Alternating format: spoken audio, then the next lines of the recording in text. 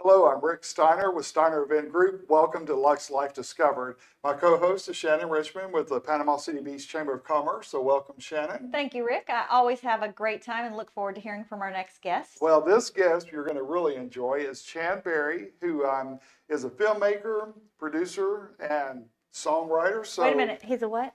Filmmaker. Yeah, Oh, you got to get all okay. print, get print Okay. there. So yeah, Chann, welcome to the podcast. Hey guys, how's everybody doing? Great, great. Chann is out in LA. He spends a lot of time. Well, you're all over the country, though, actually, aren't you?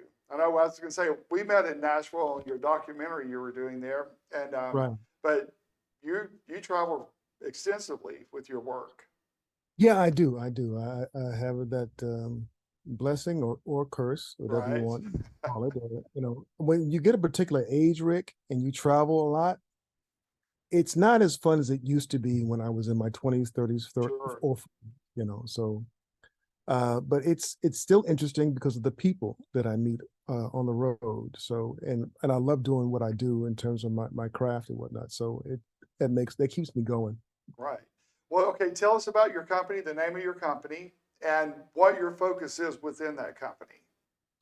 Well, the name of my company is Urban Winter Entertainment here in Los Angeles. And what I do is I'm a director producer.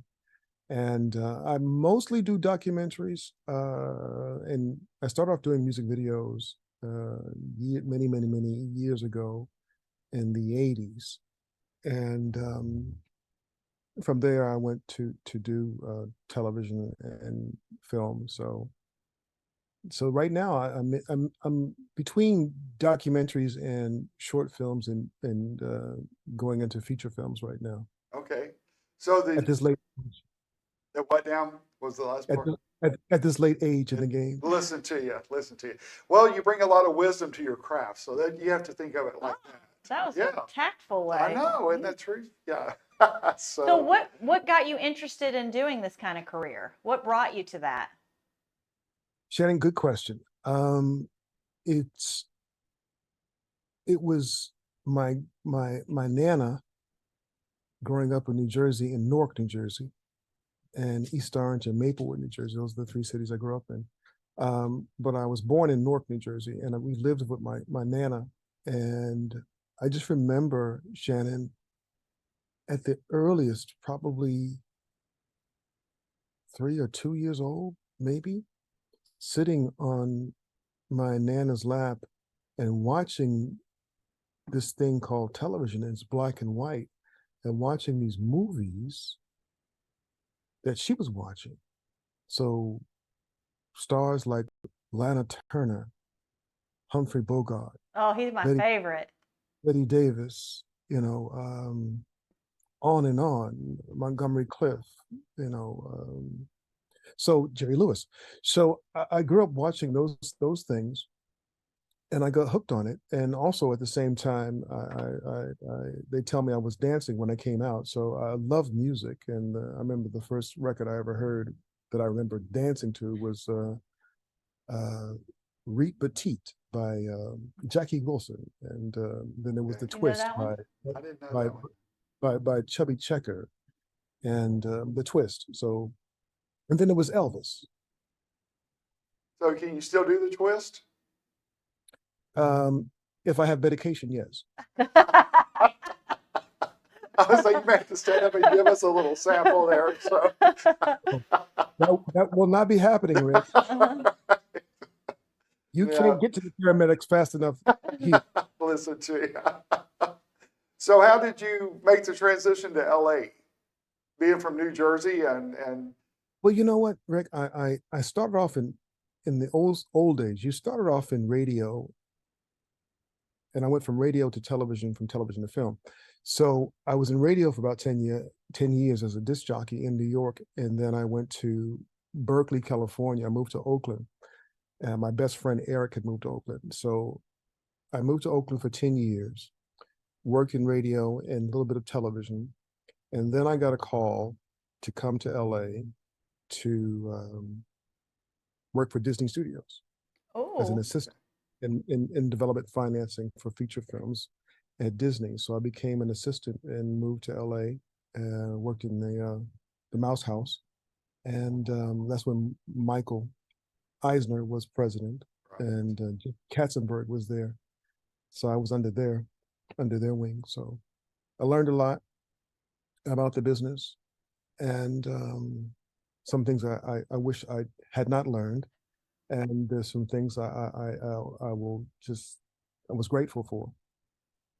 So your transition from East Coast to West Coast, and then you, I'm sure, have seen so much growth in so many different areas and opportunities that have come along that probably when you started out were not available. Is that true? Yes, especially for people of color and women. I've seen this thing happen. I've seen doors open for a Right. lot of people of color and women. Um, and it doesn't seem that it was that long ago to me, to be honest with you, Rick. But so many things that good happened. And then there were things that were not so good that happened in the business. People, the entertainment business is a very strange business, and it attracts all kinds of people. And it's always the creative people versus the suits. Right. It's always been Unfortunately, yeah. it's always been the creative people versus the suits.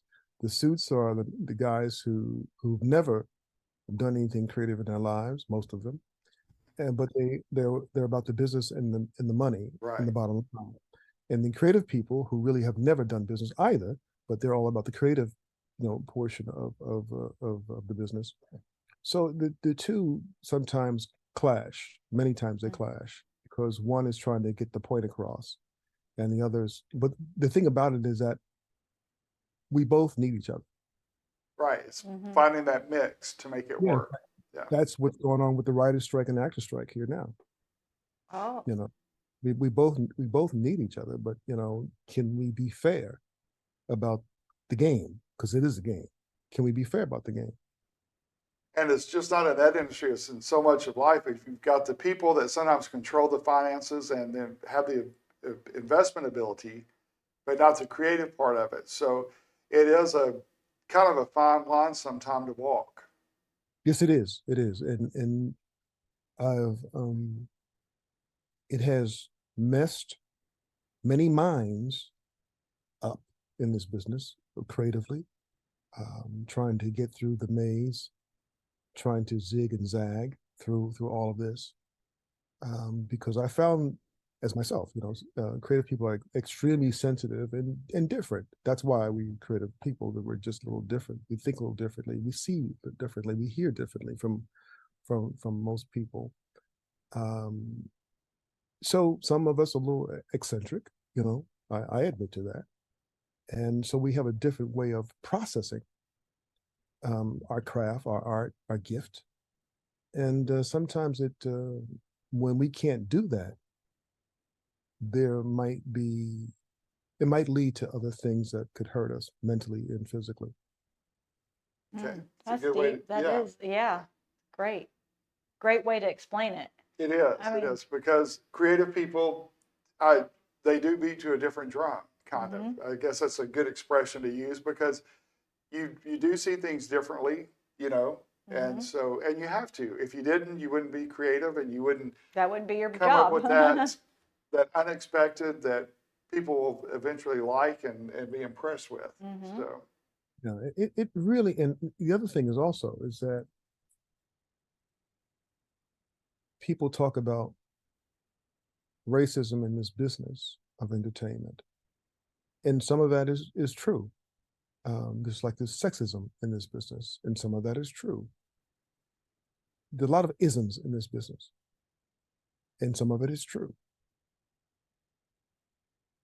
But it all depends, Rick and Shannon, on what you're willing to give up, what you're willing to do, and who you're willing to become. Will dictate your level or rise to fame and fortune, if that's what you're here for. right. Fame and fortune. I decided that long ago that wasn't the route that I wanted to take. And I'm not bashing anybody for taking a different road to success and fame and fortune, but my road was a little differently. So there's another price to pay for not falling in line like others. Right. Has that been I mean, I know for you, that's a stand you took and a choice you made. Do you see it as a negative as far as like some of the work you could have gotten or the pay you could have gotten? Well, you know, Is that there have been many people, Rick, who have come to me over the past, 20 years, 25 years and said, well, Chann, if you just would have just did this and did that, you'd be like some other directors. And when they came to me with that kind of work in the 80s, I didn't want to do that. I didn't want to be known, Rick and Shannon, as a Black director. I wanted to be known as a director who was good, who was talented, who was creative. People, you know what I look like, but that's not all of me. I like the same movies that everybody else likes. I watched movies since I was a baby. So, my favorite movies are like, All About Eve and Braveheart and Star Wars and stuff like that, and you know, uh, you know, My Left Foot with Daniel Day-Lewis. So, I didn't want to be pigeonholed into doing right? street or ghetto films that were a part of the 80s. So I wanted to do other stories about African Americans and people of color and women, but they were more dramas and romance. And nobody wanted to listen to me or hire me to do that. So, All right, then fast forward to where you are now. Aren't you thankful that you took the road you took and made the stand that you made? yes, because my soul is Mm-hmm. easy. Sure. My soul is easy, and I'm not led by man I'm led by God, Right. and God has never steered me in the wrong direction. I've paid some prices for the choices I've made, Sure. financially and project wise, but it has been a struggle. Any independent anything is a struggle. Mm-hmm. You're not a part of the mainstream, but I like who I am. I like where I've been and where I'm going, because I have faith. Right. Well, I tell you, we Great. Chann, I met Chann just a couple of weeks ago in Nashville on set for a documentary that he's doing. I was in the audience, and Oh, but Chann was extremely polite to everybody, extremely nice. So he wasn't one of the ones yelling, telling him no, what to no, do. and he was very open about his faith, about just the way he treat. You could just tell it's not an act. It wasn't Mhm. there to, it's just like you To didn't sell show you. up. Right, you didn't show up to kind of like program us to do what you want us to do. You were very open with everything. And not only him, everybody that was associated with that day. I mean, regardless of what their place was on the or role they played in the documentary or on staff with him, super nice. I mean, it couldn't have been that was the best set I've ever been on. So Thank you. thank you for Oh, that. wait, what documentary? Can we tell So this, yet? yes, we Okay. can talk. Um, I've been hired to do here in California a 3-part series on reparations for the African Americans in California. And it's 30 minutes apiece, 35 minutes apiece per episode. And we just finished this first episode, which is being edited in New York. Is that the one you were in? No, Right. he actually, Rick is a part of the grand opening of the documentary, the main title opening of the documentary. For the Oh. stars. No, I'm Oh. just kidding. No, I'm Yeah. joking. Yeah. So he was a part of the casting in the runway. It's a runway fashion show of American history, Uh-huh. and Rick was a part of that fashion show group of lookies who are watching this fashion show of America. those models, they did a phenomenal job because when they did their part, I mean, it's amazing how serious they were and committed to their roles that they were, you know, portraying. And then when Yes. they did the rap, I mean, they were biggest smiles on their faces, and you're like, wait, you're nice, you know, because they were so stern Uh-huh. and they, so it was kind of, it was nice to see that too, and they were all very, very polite, and you know, just it was good to That see says because, a lot about how Chann runs his well, it does, operation. yeah. Yeah. You know, I try to run my sets respectfully, um, with some dignity, lots of laughs, and music, to get people kind of loosen up and get me loosened up. And I like talking and meeting people. I'm not a screamer or holler. Um, so, you know, I just try to bring my authentic self to my my work, and hopefully that, you know, has a positive impact on the people that I'm working with, so I can get from them what I need. Right. Mm-hmm. So what do you have another project in the works, or that you, or you may not, I don't know if you can talk about what you want to do, but what would be a project that you would love to do that you haven't done yet? Maybe that's a better question. There are two projects that I want Oh, to he do. knows them. Okay, Yeah. I like that. There are two projects I want to do. I want to do a remake of All About Eve, Really? Okay. the Betty Davis movie. Uh-huh. But I would probably change it from Betty Davis being a Broadway actress to that character being a music industry superstar. Wow. Okay. So that's one that I'd like to do, remake of All About Eve. The second thing, I would really, really, really, really, really, really, really, really, really, really, really want This would Oh, be good. to do a documentary on the life and music of Stevie Wonder.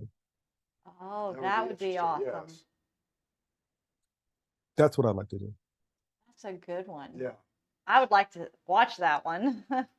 Yeah, I mean, I just saw Stevie the other night. He was here as a special guest for Quincy Jones's 90th birthday party at the Hollywood Bowl. But it was 2 nights. It was a Friday and Saturday night.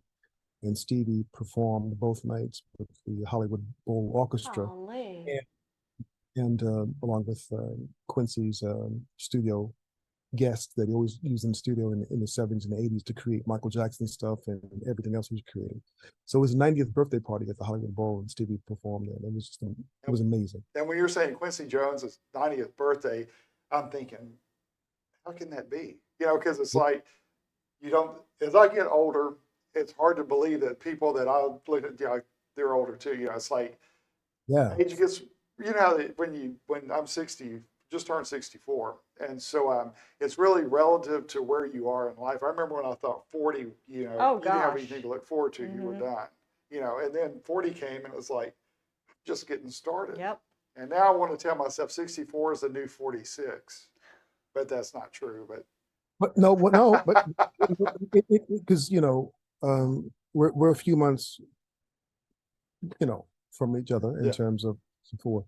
Um, we're not the 64 of our parents, Rick. Well, Oh, you're that's right. true. Yes, That's yes, I'll true. agree with you there. Yeah, We're not the 64 of our parents. We're younger. We're much more hipper. You know, we like life a little bit more. We extend ourselves a little bit more, and we're a little bit younger. I agree with you on that because I remember when I was a freshman in college, I thought my parents were ancient, you know, and I'm the Wow. youngest, so they were older acting at their age Mhm. than I was at their ages. So Yeah, and we've got a lot more pressures. Well, not, I should say that, a lot more pressures. We got different pressures. yeah, Kids today have different pressures than what we had, and sure. I wouldn't want to be, you know, 18 or 17 or 16 at this point. I don't Yeah. want to do that. I survived it one time. I don't think I would, you know, why You take might a not do it chance? the That's second true. time? Yeah, Okay. yeah. I Yeah, second time around with these kinds of pressures and True. things that are coming at young people, I don't want that at all. So even with your role as a producer and director, how are you seeing like younger people that you're working with? Can you tell a difference a lot of But times? yeah, the difference is that they're lazy as hell. Okay, yeah, I was gonna ask, yeah, True And story. not all, but some of them. They seem to be privileged, and they don't want to do the work that past exactly. generations of people have done to get from point A to point B. Mm. They want the McDonald's way right now and Have it your instant. way. Yeah. Do you think Yeah. social media has helped that along? Social media, but we as parents have done some damage too. Well, that's, yeah, Because Yeah. I think what has happened, Shannon, is that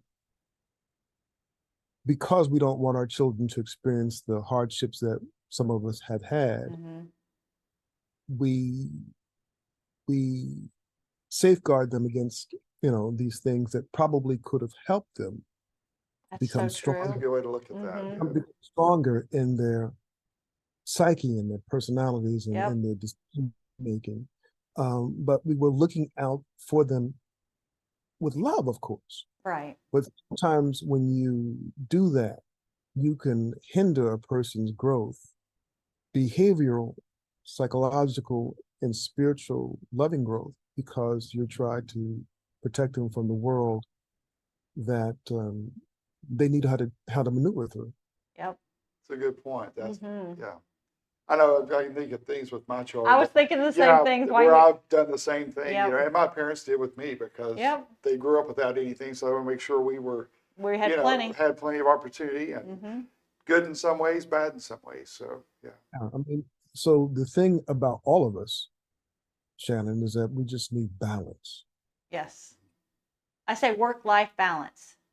Yeah, we need balance, Mhm. and I think we're getting further and further away from having balance because look at the world, look at where we are as supposedly civilized people. yeah. That brings up a good point too. How do you see your role bringing that balance to other people, like to sometimes even the races, the divisions, bringing that together?